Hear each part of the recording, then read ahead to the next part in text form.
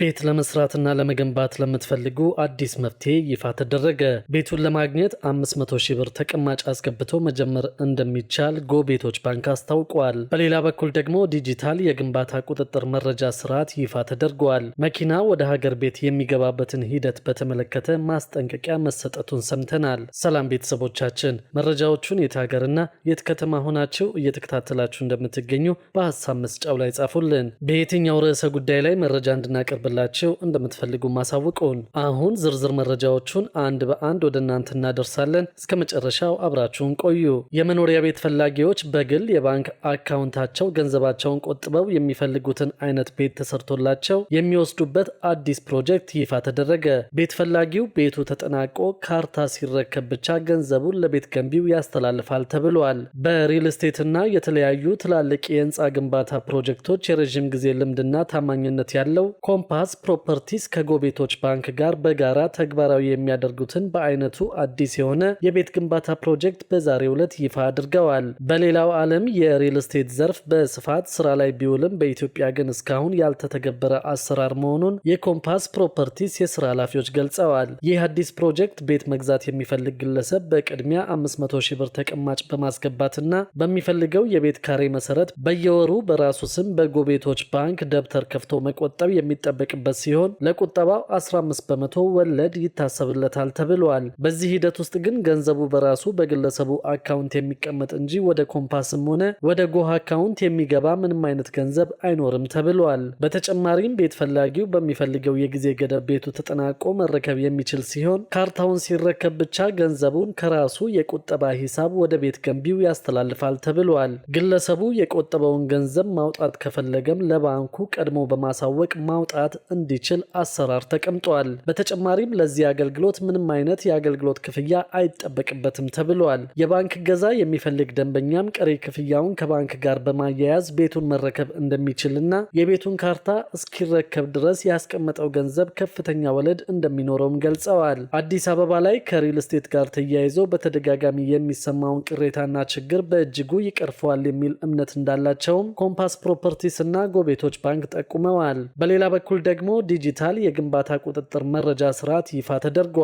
የኢትዮጵያ ኮንስትራክሽን ባለስልጣን ዲጂታል የኮንስትራክሽን ቁጥጥር መረጃ ስርዓትን በዛሬው ዕለት አስጀምሯል። የከተማና መሰረተ ልማት ሚኒስትር ወይዘሮ ጫልቱ ሳኒ በወቅቱ እንደተናገሩት አሁን የተጀመረው ዲጂታል የቁጥጥር መረጃ ስርዓት ግልጸኝነትን በማስፈን መልካም ስራ ያልሰሩትን ተጠያቂ ለማድረግ እንዲሁም ጥሩ ሰርተው የተገኙትን ለመሸለም ያስችላል። የኢትዮጵያ ኮንስትራክሽን ባለስልጣን ዋና ዳይሬክተር ዶክተር መስፍን ነገው በበኩላቸው ስርዓቱ 10 ወር የፈጀ ዝግጅት ተደርጎበታል። የኮንስትራክሽን ዘርፍ ለሀገሪቱ ትልቅ የኢኮኖሚ አስተዋጽኦ ያለው በመሆኑ ዘርፉን አለማዘመን ትልቅ ዋጋ የሚያስከፍል መሆኑን አመላክተዋል። ዲጂታል የቁጥጥር መረጃ ስርዓቱ ከኢትዮጵያ ኢንፎርሜሽን መረብ ደህንነት አስተዳደር ጋር በመተባበር የተዘረጋ መሆኑን በመጠቆም የሳይበር ጥቃትን ለመከላከል የሚያስችል የቅድመ ጥንቃቄ ስራ መሰራቱን ገልጸዋል።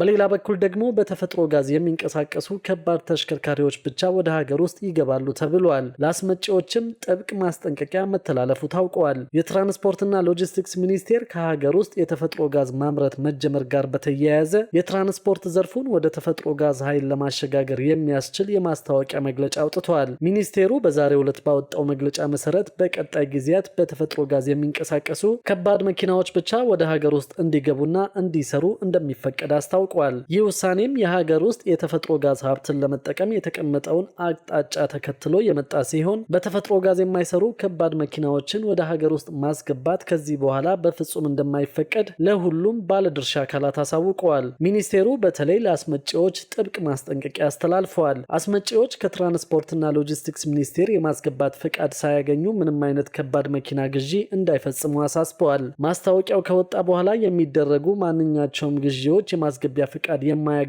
በመሆኑ ግዢው በተፈጥሮ ጋዝ በሚንቀሳቀሱ ከባድ መኪናዎች ብቻ የተገደበ እንዲሆን ሚኒስቴሩ ገልጿል። ይህ እርምጃም በሀገሪቱ የትራንስፖርትና የሎጂስቲክስ ዘርፍ ላይ ከፍተኛ ለውጥ እንደሚያመጣ ይጠበቃል። በሌላ በኩል ደግሞ ከተቀመጠው ታሪፍ በላይ እንድንከፍል በመገደዳችን ላላስፈላጊ ወጪ ተዳርገናል ሲሉ ነዋሪዎች ገልጸዋል። የአዲስ አበባ ከተማ ነዋሪዎች ሕግና ስርዓት በማያከብሩ የትራንስፖርት አገልግሎት በሚሰጡ የታክሲ አሽከርካሪዎች አማካኝነት ከተቀመጠው ታሪፍ በላይ እንድንከፍል በመገደዳችን ላላስፈላጊ ወጪ ተዳርገናል ሲሉ ቅሬታቸውን አቅርበዋል። ነዋሪዎቹ በቅሬታቸው ከተቀመጠው ታሪፍ በላይ ከማስከፈል በተጨማሪ ማመናጨቅ፣ መንገድ ላይ ማውረድ የትራንስፖርት አገልግሎት ሰጪዎች ላይ የሚታይ ስርዓት አልበኝነትና የሥነ ምግባር ጉድለት እንደሚያስተናግዱ አብራርተዋል። በዚህም ሳቢያ ላላስፈላጊ ወጪ እየተዳረጉ መሆኑን የገለጹ ሲሆን መሰል ህገወጥነት በከተማዋ ትራንስፖርት አገልግሎት ሰጪዎች ላይ እየተባባሰ መምጣቱን አስረድተዋል። የትራንስፖርት አገልግሎት በሚጠቀሙበት ወቅት ከታሪፍ በላይ ማስከፈል፣ ትርፍ መጫንና ተሽከርካሪዎችን በመጠቀም የሚደረጉ ስርቆቶች በዋናነት የሚያጋጥሟቸው ፈተናዎች እንደሆኑም ጠቁመዋል።